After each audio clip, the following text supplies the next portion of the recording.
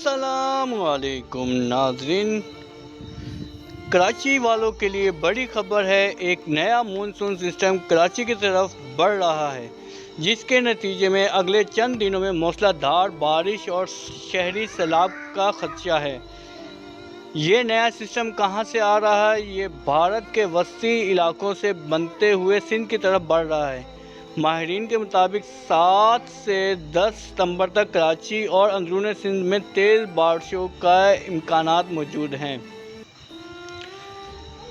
निचले इलाके ज़ेरे आब आ सकते हैं। ट्रैफिक और बिजली का निज़ाम मुतासिर होने का खदशा है। शहरी इलाकों में अर्बन फ्लडिंग यानी शहरी सैलाब का अलर्ट जारी किया गया है।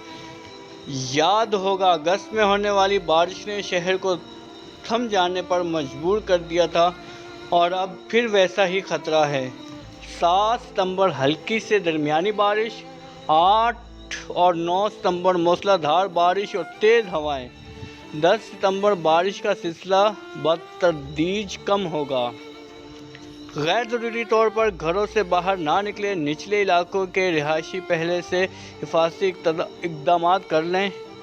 भड़की खंभों और खुले तारों से दूर रहें। गाड़ी चलाने वालों के लिए हिदायत: गहरा पानी देखकर फोर्स के साथ क्रॉस ना करें। ये थी कराची के नए मानसून सिस्टम की ताज़ा तरीन अपडेट।